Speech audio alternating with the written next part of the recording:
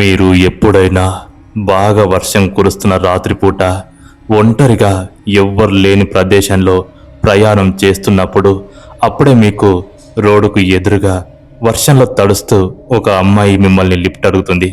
మీరు లిఫ్ట్ ఇస్తారా? మనకెందుకులే అని అటు నుంచి వెళ్ళిపోతారా?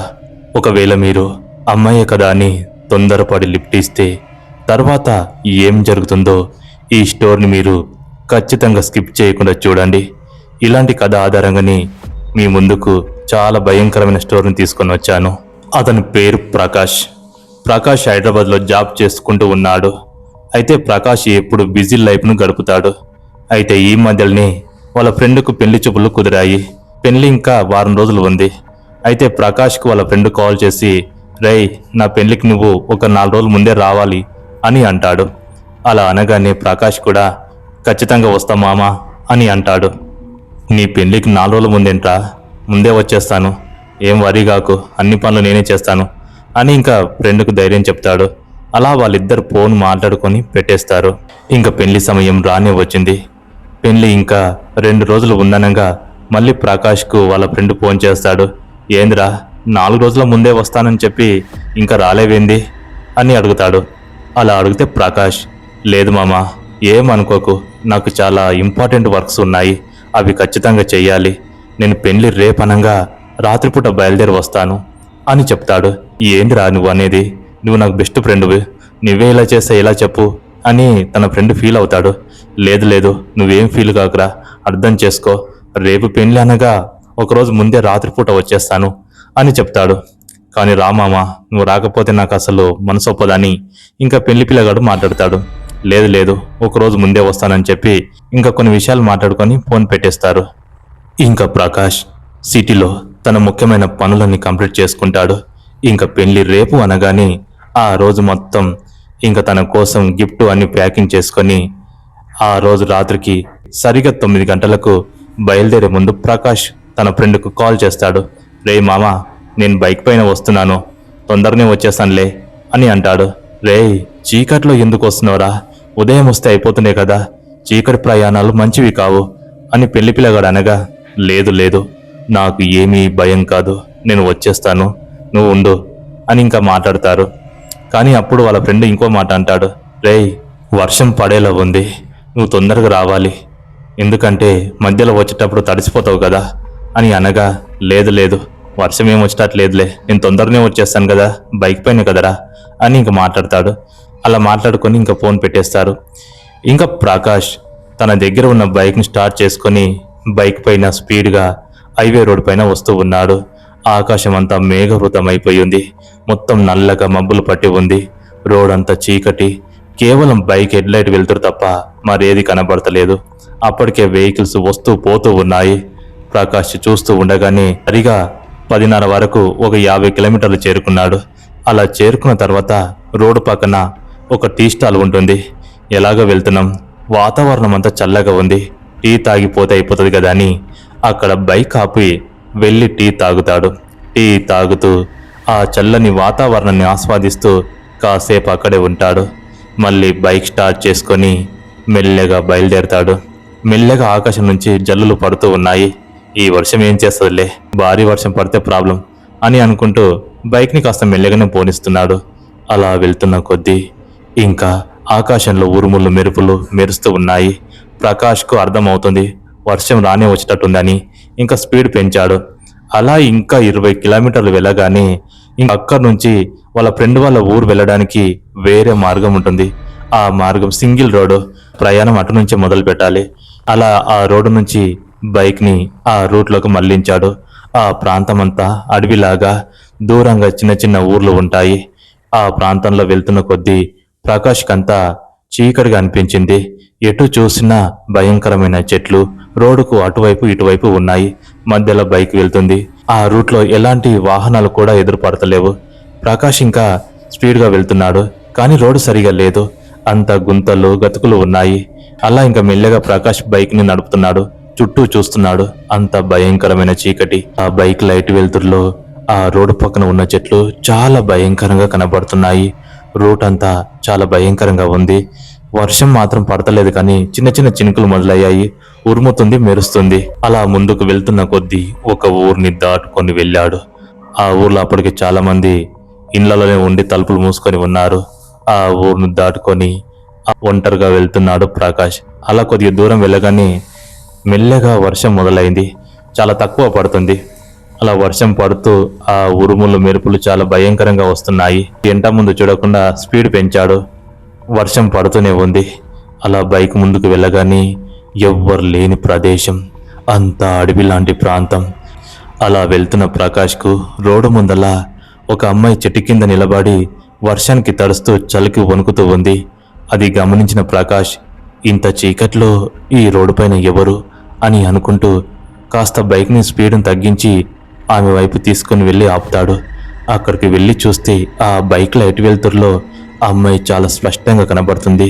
తన హెయిర్ అంతా తడిసిపోయి బట్టలన్నీ తడిసిపోయి ముద్ద ముద్ద అయిపోయింది. చలికి వణుకుతుంది.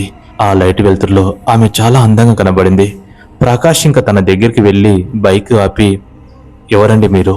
ఇంత చీకట్లా ఇక్కడ ఒంటరిగా ఏం చేస్తున్నారు? పైగా వర్షం పడుతుంది అని అంటాడు. అప్పుడు ఆమె ఏమి తెలియనట్టుగా ప్రకాష్ దగ్గరికి పరిగెత్తుకుని వస్తుంది. ఏవండి ఏవండి, నాకు కాస్త సహాయం చేస్తారా? నన్ను ఆ ముందు వచ్చే ఊర్లో దించి పెడతారా? నాకు చాలా భయంగా ఉంది. ఈ రూట్లో ఒంటరిగా చిక్కిపోయాను. బస్సులు కూడా లేవు అని అంటుంది. అలా అనగానే భయాన్ని గమనించి ఎక్కడి నుంచి వచ్చారు, ఎందుకు ఇక్కడ ఉన్నారనే విషయాలు అడగకుండా అయ్యయ్యో ఏ ఊర్లో దిగాలి అని అంటాడు. ఆ ముందు వచ్చే గ్రామంలో దించండి. వర్షం పడేలా ఉంది. వర్షం ఇప్పటికే మొదలైంది. తొందరగా వెళ్ళిపోదాం అని అంటుంది. అలా అనగానే ప్రకాష్ ఆమె గురించి ఏం ఆలోచించకుండా సరేనండి, వచ్చి బైక్ ఎక్కండి, మీ ఊర్లో దించి వెళ్తాను అని అంటాడు. అలా అనగాని అలా ఎప్పుడైతే ప్రకాష్ అంటాడో ఆ అమ్మాయి వెనకాల వచ్చి ప్రకాష్ బైక్ ఎక్కుతుంది. అలా ఎక్కగానే ఆకాశంలో పెద్ద మెరుపు, భయంకరమైన వర్షం మొదలైంది. అలా వర్షం మొదలవుతుంటే తడిచిపోయినా పర్లేదండి, తొందరగా వెళ్ళిపోదామని అంటుంది. అప్పటికే సగం తడిచిపోయిన వాళ్ళు ఇంకా మొత్తం తడిచిపోతే తప్పేముందని బైక్ను నడుపుతూ ఉన్నారు. అలా ముందుకు వెళ్తున్న కొద్దీ ఒక్కసారిగా ఆ అమ్మాయి చెయ్యి ప్రకాష్ భుజాలపైన పెట్టింది. అలా పెట్టగానే ప్రకాష్ ఒళ్ళంతా చల్లగా మారిపోయింది. కానీ భయంతో పెట్టింది అనుకొని సైలెంట్గా ఉంటాడు. ఇంకా అలా ముందుకు కొనసాగించారు. అలా ప్రయాణం కొనసాగించే కొద్ది దూరం వెళ్ళగానే వర్షం ఇంకా బీభత్సంగా పడుతుంది. గాలి విపరీతంగా పెడుతుంది. ఆ రోడ్డు పక్కల ఉన్న చెట్లు గాలికి అటు ఇటు భయంకరంగా ఊగుతూ ఉన్నాయి. బైక్ ముందుకు పోలేకపోతుంది. ఒక్కసారిగా బైక్ ఆపాడు. అప్పుడే వెనకాల ఉన్న ఆమె, ఏవండి వర్షం చాలా పడుతుంది, ఈ సమయాన మనం ముందుకు వెళ్తే రోడ్డు పక్కన ఉన్న చెట్లు విరిగి పడతాయి, మనం ఇక్కడెక్కడ ఉండి వెళ్దాం అని అంటుంది. ఇక్కడెక్కడ ఉంటామండి అని ప్రకాష్ అనగా అప్పుడే రోడ్డు పక్కన దూరంగా ఒక మర్రి చెట్టు కింద ఒక బంగ్లా లాంటి ఇల్లు కనబడుతుంది. అదిగోండి అక్కడ ఇల్లు కనబడుతుంది, మనం వర్షం తగ్గేంత వరకు ఆ ఇంట్లో ఉండి వెళ్ళిపోదాం అని ఆమె ఎప్పుడైతే చెప్పిందో ప్రకాష్ కూడా చూస్తాడు. సరే సరే అంటూ రోడ్డు పక్కన బైక్ ఆపి ఇద్దరు ఆ మర్రి చెట్టు కింద ఉన్న ఆ పాడుపడిన ఆ బంగ్లాలోకి పరిగెడతారు. బంగ్లా అంతా చీకటిగా ఉంటుంది. చుట్టూ అంతా అడవి. వర్షం మాత్రం చాలా భయంకరంగా పడుతుంది. అప్పటికి అంతా తడిసిపోయారు. ప్రకాష్ ఇంకా మొబైల్ తీసుకొని టైం చూస్తాడు. టైం అప్పటికే 11:40 అవుతుంది. వాళ్ళ ఫ్రెండ్కి ఫోన్ చేద్దామంటే సిగ్నల్ లేవు. ఇంకా దిక్కులు చూస్తాడు. అంత నరకంలా ఉంటుంది ఆ ప్రాంతం అంతా. ఆ ఇల్లు కూడా చాలా భయంకరంగా ఉంటుంది. అలా వాళ్ళిద్దరూ ఆ ఇంట్లో నిలబడతారు. ఒకరి ముఖాలు ఒకరు చూసుకుంటారు. అప్పుడే ప్రకాష్ టార్చ్ లైట్ ఆన్ చేసి తన వైపు వేస్తాడు. ఆమె మొత్తం తడిసిపోయి ముద్ద అయ్యి చాలా అందంగా కనబడుతుంది.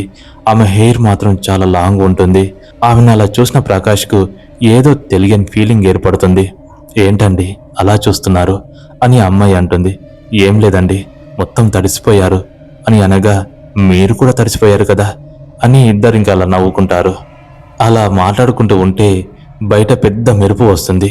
ఆ మెరుపు శబ్దానికి ఆ అమ్మాయి ఒక్కసారిగా ప్రకాష్కి దగ్గరగా వచ్చి నిలబడుతుంది.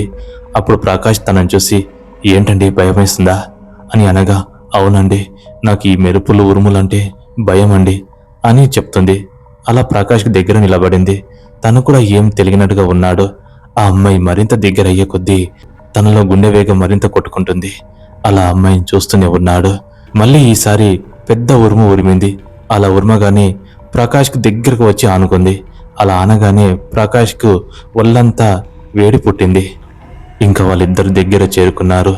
అలా ఒకరి ముఖాలు ఒకరు చూసుకుంటున్నారు.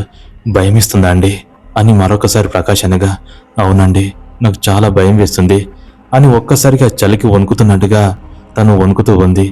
ఆ చలికి వణుకుతున్న ఆమెను చూసిన ప్రకాష్, ఏంటండి అలా వణుకుతున్నారు అని అనగా, లేదండి కాస్త చలిగా అనిపిస్తుంది, ఒళ్ళంతా చలి చలి పెడుతుంది అని చెప్తుంది. అలా చెప్తూ ఉంటే ప్రకాష్ ఇంకా అలాగే నిలబడ్డాడు. మరొకసారి ఆకాశంలో పెద్ద ఉరుము మెరుపు. ఈసారి చాలా భయంకరంగా శబ్దం వచ్చింది. ఆమె ఒక్కసారిగా ప్రకాష్ని గట్టి హగ్ చేసుకుంది. అలా హగ్ చేసుకోగానే ప్రకాష్కి ఏం అర్థం కాలేదు. తనకు తెలియకుండానే తను కూడా తనను హగ్ చేసుకున్నాడు. అలా వాళ్ళిద్దరూ ఒకరినొకరు హగ్ చేసుకుని మొహాలు చూసుకుంటూ ఉన్నారు. అలా ఆమె అతన్ని చూసి నవ్వుతుంది. ప్రకాష్ కూడా పూర్తిగా తన మైకంలోకి వెళ్ళిపోయాడు. ఆమె అందానికి పిచ్చిగా చూస్తూ ఉన్నాడు. ఇప్పుడు నాన్ స్టాప్గా ఆ ఉరుములు వస్తూనే ఉన్నాయి. వాళ్ళిద్దరు మరింత దగ్గర అయిపోయారు. అలా ఇద్దరు హగ్ చేసుకుంటూ ఏకాంతంలో ఉండిపోయారు. అలా వాళ్ళిద్దరూ కౌగిలించుకొని ఒకరి ముఖాలలో ఒకరి ముఖం పెట్టుకుని చూస్తూ ఉన్నారు. వర్షం ఇంకా మొదలైంది. అలా వాళ్ళు ఒకరి ముఖాలు ఒకరు చూసుకుంటూ సడన్గా అమ్మాయి ప్రకాష్కి ముద్దిస్తుంది. అలా ముద్దివ్వగానే ప్రకాష్ కూడా తనకు ముద్దిస్తాడు. అలా ముద్దుల వర్షం కురిపిస్తున్న సమయాన ఆమె మరొకసారి గట్టిగా హక్ చేసుకుంటుంది. ఇద్దరికి చుట్టూ వర్షం కనబడతలేదు. ఆకాశంలో ఉరుముల మెరుపుల శబ్దాలు వినబడతలేవు. వాళ్ళిద్దరు ఇంకా ఏకాంతంలో ఉన్నారు. అప్పుడే ఆ అమ్మాయి ప్రకాష్ని గట్టిగా హక్ చేసుకొని అమ్మాయి చేతి వేలగోర్లు ప్రకాష్ చర్మాన్ని చీల్చుతుంది. వెనకాల ప్రకాష్కి విపరీతమైన నొప్పి పెట్టింది. ఏంటి ఇలా చేస్తున్నావు అని తన ముందుకు తోయాలని చూస్తాడు.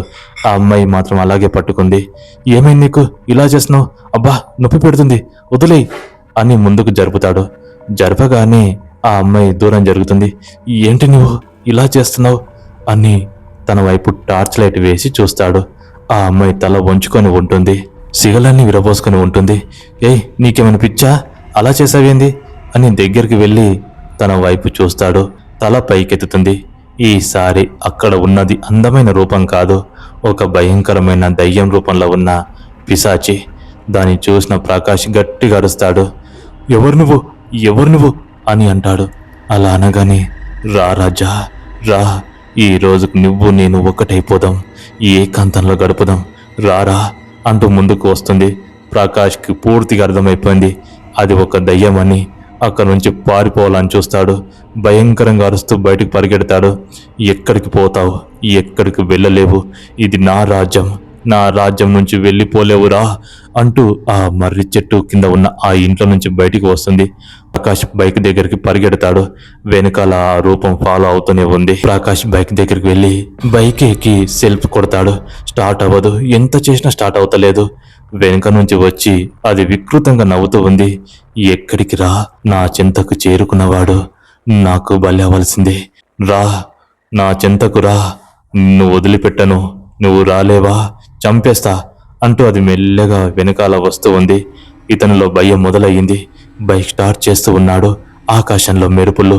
చేసేదేం లేక దేవుణ్ణి గట్టిగా స్మరిస్తూ తండ్రి నీవే కాపాడాలి అని అనుకుంటాడు. అలా అనుకొని ఒక్కసారిగా కిక్ కొడతాడు. అలా కిక్కు కొట్టగానే బైక్ స్టార్ట్ అవుతుంది. ఇంకా చేసేది ఏమీ లేక గేర్ మార్చి యాక్సిలరేటర్ చేస్తాడు. బైక్ స్పీడ్గా ముందుకు పోతుంది. అది వెనకాల గమనించి తన వెంట పడుతుంది. బైక్ వెనకాల వచ్చి బైక్ని పట్టుకొని ప్రకాష్ని కింద వేయాలని చూస్తుంది. కానీ ప్రకాష్ మాత్రం తన ఇష్ట దైవాన్ని తలుచుకుంటూ స్పీడ్గా పోనిస్తూ ఉన్నాడు. అది గాల్లో తేలుతూ ప్రకాష్ చొక్కా పట్టుకుంటుంది. కానీ ప్రకాష్ మాత్రం దానికి దొరకకుండా ఇంకా స్పీడ్గా పోనిస్తూ ఉన్నాడు. అలా వెళ్తున్న కొద్దీ ప్రకాష్లో ప్రాణభయం మొదలైంది. ఎలాగైనా ప్రాణాలతో బయటపడాలని అనుకుంటాడు.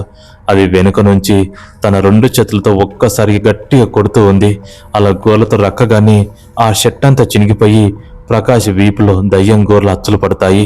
ఆ దయ్యం ఇంకా దూరం వెనుకకు వెళ్ళిపోతుంది.